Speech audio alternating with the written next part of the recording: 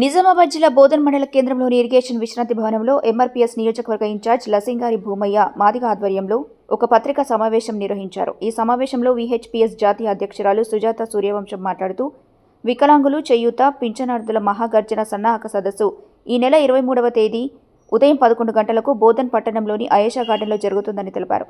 ఈ సభకు ముఖ్య అతిథిగా మహాజననేత పద్మశ్రీ మందకృష్ణ మాదిగ హాజరు కానున్నారు.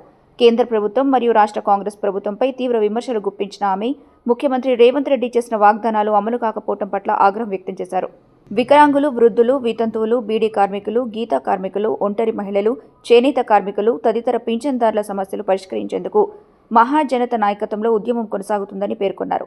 ఈ సమావేశంలో ఎంఆర్పీఎస్ నాయకులు కొడాలి స్వామి, కనక ప్రమోద్, రొడ్డ ప్రవీణ్, తాడెమబ్బయ్య, బండారి పోషెట్టి, యమునా మాదిగ, కృష్ణవేణి తదితరులు పాల్గొన్నారు. సభ విజయవంతం చేయాలని పింఛనుదారులకు పిలుపునిచ్చారు.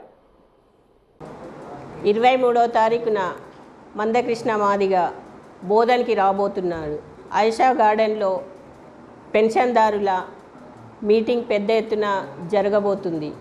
కాబట్టి దీని ముఖ్య ఉద్దేశం ఏంటంటే, ఏదైతే సీఎం గారు ఇచ్చిన హామీని నిలబెట్టుకోలేడు కాబట్టి ఆ ఉద్యమం చేయవలసి అవసరం వచ్చింది. ఎందుకంటే 6,000 రూపాయల పెన్షన్ వికలాంగులకి, మళ్ళీ 100% డిజబుల్డ్ ఉన్న వాళ్ళ పెన్షను 15,000, తర్వాత వృద్ధులు, వితంతువులు, ఒంటరి మహిళలు, బీడీ కార్మికుల పెన్షను 4,000. ఇది పెన్షన్ మేము అడగలేదు. అడగకుండా ఆయన ఏం చెప్పాడు అంటే, నేను ఇది గెలవగానే నేను పెన్షను మీకు మంజూరు చేస్తానని చెప్పాడు. చెప్పి వాగ్దానం ఇచ్చి 2 సంవత్సరాలైనా ఈ రోజు దాకా ఒక పెన్షన్ ఇస్తానని ఊసెత్తి మాట కూడా మాట్లాడకపోవడంతో ఇప్పుడు మేము అడిగితే అందరూ అదే రకంగా చెప్పి గెలిచారు. కాబట్టి నేను కూడా అదే రకంగా చెప్పాను, ఏం చేస్తారో చేసుకోనని చెప్పడం జరిగింది. కాబట్టి ఖబర్దార్ సీఎం గారు, మేము ఒకటే చెప్తున్నాము, మా పెన్షను మాకు ఇచ్చే అంతవరకు కృష్ణన్న మాకు అండగా నిలబడ్డాడు కాబట్టి ఖచ్చితంగా మా పెన్షన్ని మేము సాధించుకుంటాము. ఈరోజు రేపు 23వ తారీఖు శనివారం రోజు 3,000 మందితో ఖచ్చితంగా మీటింగ్ పెడతాము. ఈ మీటింగే కాదు, మళ్ళీ 9వ తారీఖున, వచ్చే నెల 9వ తారీఖున 10 లక్షల మందితో హైదరాబాద్లో పెద్ద ఎత్తున మీటింగ్ పెట్టడం కూడా జరుగుతుంది. కాబట్టి మా పెన్షన్ పక్క రాష్ట్రంలో ఏ విధంగా ఇచ్చారో ఈ రాష్ట్రంలో కూడా అదే విధంగా ఇవ్వాలని కోరుకుంటున్నాం. పక్క రాష్ట్రంలో నిధులు ఎట్లా ఉన్నాయి, మరి ఈ రాష్ట్రంలో నిధులు ఎందుకు లేవు? పక్క రాష్ట్రంలో 15,000 పెన్షను 100% డిజబుల్డ్కి ఇచ్చారు. మళ్ళీ 6,000 రూపాయలు వికలాంగులకు ఇచ్చారు. వృద్ధులు, వితంతువులకి కూడా పక్క రాష్ట్రంలో 4,000 రూపాయలు పెన్షన్ ఇస్తున్నారు.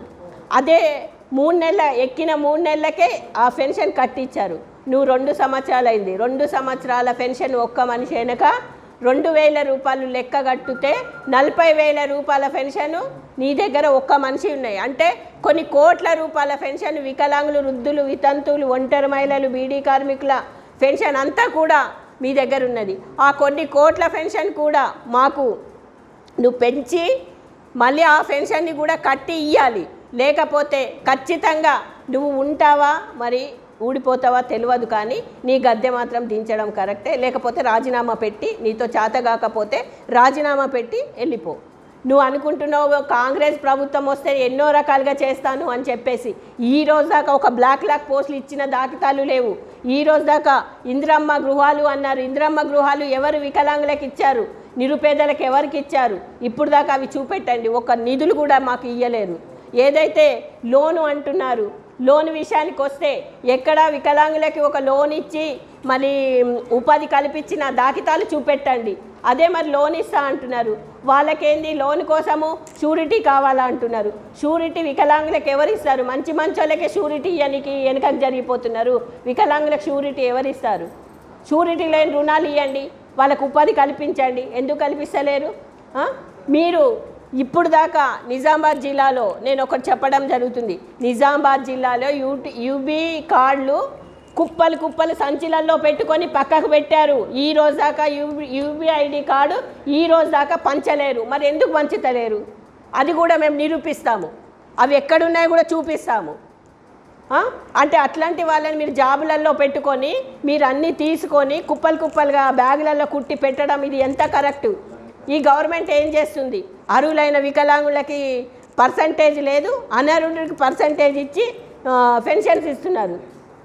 ఈ రోజు దాకా కొత్త పెన్షన్ ఎక్కడైనా మంజూరు చేసిన దాఖితాలు చూపెట్టండి. మీరు ఎక్కి ఇన్ని సంవత్సరాలైంది. కొత్త పెన్షన్ ఆ తెలంగాణ ప్రభుత్వం ఉన్నప్పుడు నుంచి ఈ ప్రభుత్వం ఉన్నప్పటి నుంచి అందరూ మమ్మల్ని మోసం చేసిన వాళ్ళే ఉన్నారు, కానీ ఎవరు కూడా వికలాంగులకి వృద్ధులు వితంతులకి న్యాయం చేసే వాళ్ళ నాయకులు లేరు.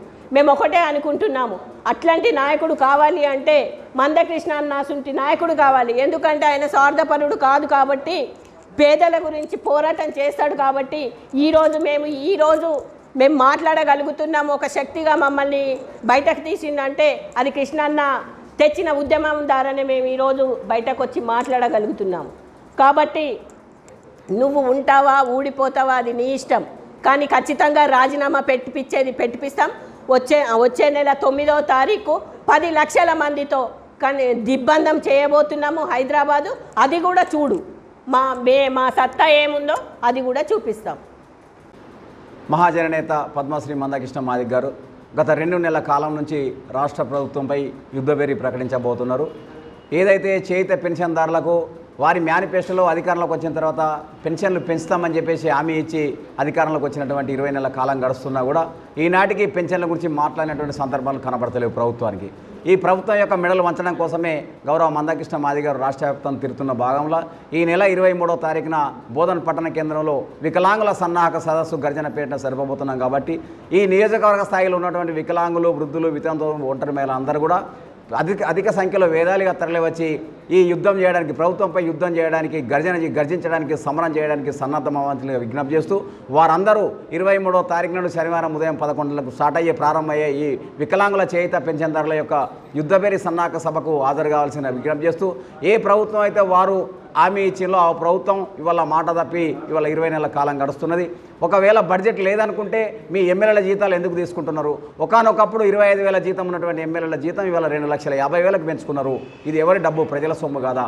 ఇదంతా ప్రజల సొమ్మే. కాబట్టి పేద ప్రజలైనటువంటి ఎస్సీ ఎస్టీ బీసీ మైనార్టీ వర్గాల్లో ఉన్నటువంటి పేద ప్రజలైనటువంటి వికలాంగులకు ఎవరు అండగా లేరు అని చెప్పేసి ఒక పక్క ప్రతిపక్షాలు కూడా మాట్లాడుతున్న సందర్భం లేదు. కాబట్టి ఎవరు మాట్లాడినా వేల వందల ఎకరాల రైతు బంధు గురించే మాట్లాడుతున్నారు తప్పితే, భూస్వాముల గురించే మాట్లాడుతున్నారు తప్పితే ఈ పెన్షన్దారులైనటువంటి ఒంటరి మహిళల గురించి, వృద్ధుల గురించి, వికలాంగుల గురించి మాట్లాడుతున్న సందర్భాలు లేవు. కాబట్టి ఒకే ఒక్క నాయకుడు ఈ రాష్ట్రంలో ఉన్నటువంటి నాయకుడు గొప్ప నాయకుడు మందకృష్ణ మాదిగ గారు రాబోతున్నారు. కాబట్టి 23వ తారీఖు నాడు అందరూ కూడా విజయవంతం సకాలంలో హాజరై విజయవంతం చేయాల్సిన విజ్ఞప్తి చేస్తూ యుద్ధం ప్రారంభమైంది. ఈ కాంగ్రెస్ ప్రభుత్వంపై మెడలు వంచి ఖచ్చితంగా ఈ పెన్షన్లు సాధించే దిశగా మా ప్రయాణం కొనసాగుతుందని చెప్పేసి సందర్భంగా గుర్తు చేస్తూ ప్రభుత్వాన్ని హెచ్చరిస్తున్నాం. ఈ 9వ తారీఖు నాడు, సెప్టెంబర్ 9వ తారీఖు నాడు జరగబోయే మహాగర్జన కంటే ముందే ప్రభుత్వం దిగవచ్చి పెన్షన్లను శాంక్షన్ చేయాలని చెప్పేసి మేము విజ్ఞప్తి చేస్తున్నాం, డిమాండ్ చేస్తున్నాం. పెన్షన్లు కూడా పెంచే విధంగా మీరు ప్రయత్నాలు చేయాలని చెప్పేసి విజ్ఞప్తి చేస్తున్నాం. మరిన్ని అప్డేట్స్ కోసం మా ఛానల్ని సబ్స్క్రైబ్ చేయండి.